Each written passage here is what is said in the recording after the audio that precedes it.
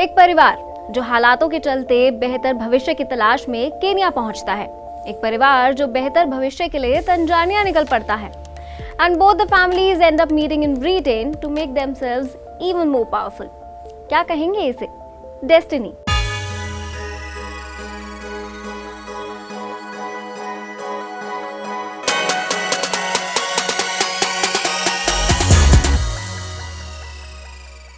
पिछले वीडियो में हमने आपको ऋषि सुनक के ग्रैंड पेरेंट्स की कहानी सुनाई। चलिए अब आपको ले चलते हैं साउथहैम्पटन। नमस्कार, मैं हूँ पूनम जोशी और मैं इस वक्त खड़ी हूँ साउथहैम्पटन जनरल हॉस्पिटल के बाहर। ये वही हॉस्पिटल है जहाँ पर ऋषि सुनक का जन्म हुआ था। ये वही शहर है जहाँ पर वो पले बढ़े और जवान हुए। आज मैं आपको उनके बचपन से लेकर अब तक के सफ़र के बारे में सारी जानकारी दूंगी। साथ ही साथ जानकारी दूंगी उनके परिवार के सदस्यों के बारे में जिन्होंने आज उन्हें इस मुकाम तक पहुंचाया है। पिछले एपिसोड में हमने आपको बताया कि कैसे बंटवारे के समय ऋषि सुनक के दादा दादी को अपना पुश्तैनी घर छोड़ना पड़ा, किन किन परेशानियों का सामना कर विदेश में उन्हें नया जीवन शुरू करना पड़ा। आज आपको बताएंगे कैसे ऋषि सुनक के माता पिता की मुलाकात हुई और किस तरह ब्रिटेन जैसे देश में उन्होंने अपने बच्चों को न सिर्फ अच्छी एजुकेशन दी बल्कि भारतीय संस्कार दिए। ऋषि सुनक की मां उषा सुनक और यशवीर सुनक की मुलाकात ब्रिटेन में हुई। उषा ने भी ब्रिटेन की एस्टन यूनिवर्सिटी से 1972 में फार्माकोलॉजी की। दोनों को एक दूसरे से फैमिली फ्रेंड्स ने मिलवाया था। 1977 में इंग्लैंड के लेस्टर शहर में दोनों ने शादी कर ली। खास बात यह है कि उषा सुनक के पिता यानी ऋषि सुनक के नाना भी भारत के पंजाब प्रांत से हैं। ऋषि सुनक के नाना रघुबीर बेरी पंजाब में ही पले बड़े थे, जबकि उनकी नानी सुरक्षा बेरी का जन्म तंजानिया में हुआ था। रघुबीर रेल इंजीनियर के तौर पर तंजानिया काम करने गए थे, वहीं पर उनकी शादी हो गई। 1960 के दशक में उनका परिवार भी ब्रिटेन बस गया। ऋषि सुनक अक्सर अपने भाषणों में नाना नानी और दादा दादी का जिक्र किया करते हैं। My story starts nearly a lifetime ago, when my grandmother bravely said goodbye to her small children, boarded her first ever plane in East Africa, and, without a job or a home to go to, flew to Britain to build a better life. I can't imagine the courage that must have taken. It took them months to save enough for my grandfather to follow with their children, including my 15-year-old mother. 12 मई 1980 को यशवीर और उषा सुनक के घर पहली संतान का जन्म हुआ, जिसका नाम रखा गया ऋषि सुनक। ऋषि सुनक का जन्म साउथहैम्पटन जनरल हॉस्पिटल में हुआ। इसके बाद 1982 में ऋषि के छोटे भाई संजय सुनक का जन्म हुआ और आखिर में 1985 में इनकी छोटी बहन राखी सुनक इस दुनिया में आई। ब्रिटेन में 3 बच्चों को बड़ा करना आसान नहीं था और उन्हें अच्छी शिक्षा देना तो बिल्कुल भी नहीं। यशवीर इंग्लैंड के नेशनल हेल्थ सर्विस में डॉक्टर के तौर पर काम किया करते थे, जबकि ऋषि सुनक की मां सुनक फार्मेसी के नाम से एक दवा की दुकान चलाया करती थी। मैं इस वक्त जिस फार्मेसी के बाहर खड़ी हूँ, इस फार्मेसी का नाम होता था सुनक फार्मेसी। ये ऋषि सुनक की मां उषा सुनक के द्वारा शुरू की गई फार्मेसी थी।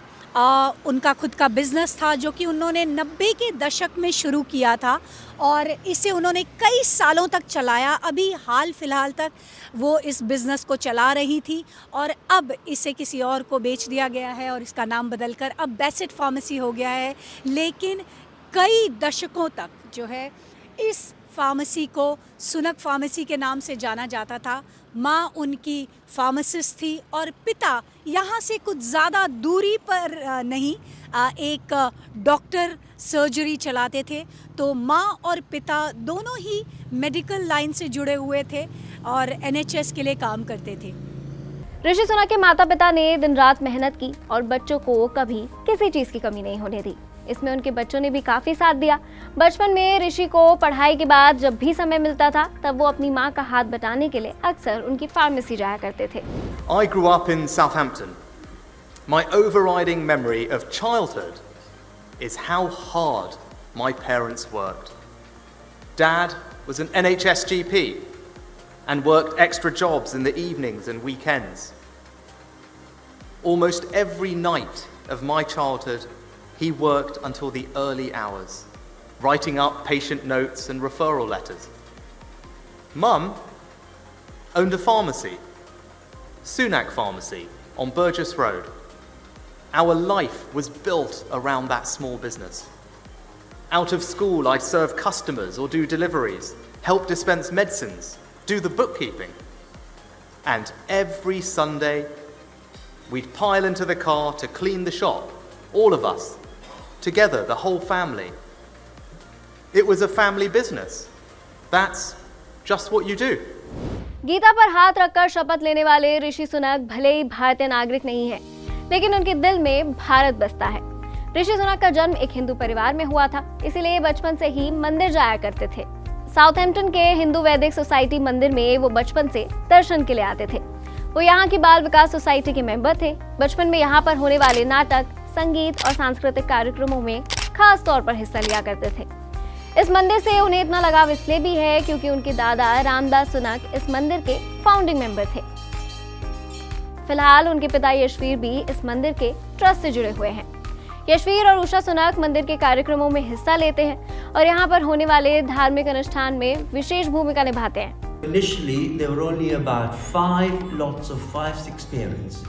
And I remember coming to this temple, sitting in this place, exactly in this place in a circle, and Dr. Patel we used to sit behind our children, and our children used to sit, and then we used to, he used to tell us about Hinduism, and then we used to sing bhajans together. And I remember even at those times, him teaching me a very nice bhajan, बोलो बोलो सब कुछ बोलो ओम नमः शिवाय।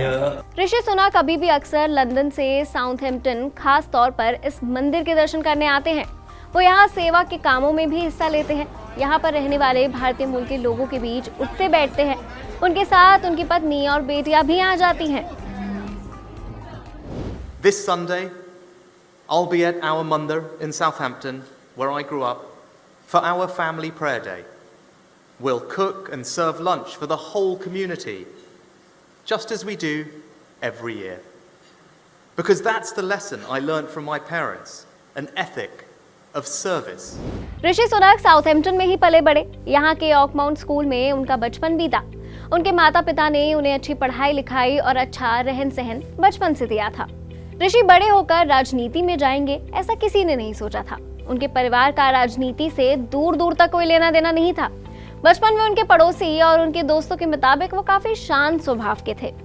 देखिए, जब पूनम जोशी ने उनके पड़ोसियों से बात की तो उन्होंने क्या कहा। Rishi would go far, but they were just charming people, but people who were determined to make their way in the world. A little bit of cricket. I mean, my son used to end up driving the people in the house opposite completely mad because he would be bowling a cricket ball a tennis ball against the wall endlessly, and it would bounce and run down their drive and hit the garage door, and so that kind of thing. I mean, शांत स्वभाव वाला, पढ़ाई में मन लगाने वाला और अपने माता पिता की मदद करने वाला ये लड़का क्रिकेट का शौकीन था। फ्रेंच क्रिकेट, जिसे कि हम भारत में गली क्रिकेट के नाम से भी जानते हैं, कह रही थी कि बच्चे यहाँ इस सड़क पर लगभग 10 से 12 बच्चे इस रोड पर क्रिकेट खेला करते थे और टेनिस बॉल यूज़ किया करते थे खेलने के लिए। कुछ पड़ोसी नाराज़ भी हो जाते थे अगर उनके घरों में बॉल चली जाती थी, लेकिन ऐसा कभी नहीं हुआ कि किसी की खिड़की का शीशा उस बॉल ने तोड़ा हो। 1993 में ऋषि सुनक को ब्रिटेन के सबसे मशहूर विंचेस्टर कॉलेज में जगह मिल गई। ये ब्रिटेन के उन स्कूलों में है जहां पर सिर्फ वाइट कम्युनिटी के बच्चे पढ़ा करते थे। इतनी महंगी फीस देना सबके बस की बात नहीं था। आज के दौर में स्कूल की फीस 45,000 पाउंड सालाना है, यानी करीब 45 लाख रुपए। ब्रिटेन में ज्यादातर लोग इतना एक साल में नहीं कमा पाते। ऋषि स्कूल के हेड बॉय के पद तक पहुंचे, लेकिन जीवन में आगे क्या बनना है यह अभी तय नहीं था। तो एक डॉक्टर के बच्चे से यही एक्सपेक्ट किया जा सकता था कि वो बड़ा होकर एक डॉक्टर ही बने, लेकिन ऋषि ने सबको वाकई आश्चर्यचकित कर दिया है, क्योंकि लोगों को बिल्कुल विश्वास ही नहीं हो रहा कि ऋषि आज इस ऊंचाई पर पहुंच गए हैं कि वो आज ब्रिटेन के प्रधानमंत्री बनने की रेस में आ गए हैं। I had the privilege of going to an incredible school. But I wasn't a scholarship child. Every penny was paid for by my parents' sacrifice. I don't know if I can ever thank them enough. ऐसा नहीं है कि ऋषि सुनक के माता पिता बहुत अमीर थे, लेकिन फिर भी उन्होंने अपने तीनों बच्चों की परवरिश में कभी कोई कमी नहीं रखी। ऋषि के छोटे भाई संजय अब एक मनोवैज्ञानिक हैं और उनकी बहन राखी संयुक्त राष्ट्र में काम करती हैं। बचपन में इन सबको अपनी पॉकेट मनी के लिए खुद काम करना पड़ता था। ये वो दौर था जब ऋषि अपने परिवार से इंडियन वैल्यू सीख रहे थे और स्कूल और सराउंडिंग से वेस्टर्न कल्चर। लेकिन अब जो होने वाला था वो ऋषि सुनक के जीवन का टर्निंग पॉइंट था। क्या था वो टर्निंग पॉइंट, बताएंगे आपको अगली वीडियो में। अगर ये वीडियो आपको अच्छा लगा हो तो वीडियो को लाइक करें, शेयर करें, वीडियो पर कमेंट करें और चैनल को सब्सक्राइब जरूर करें।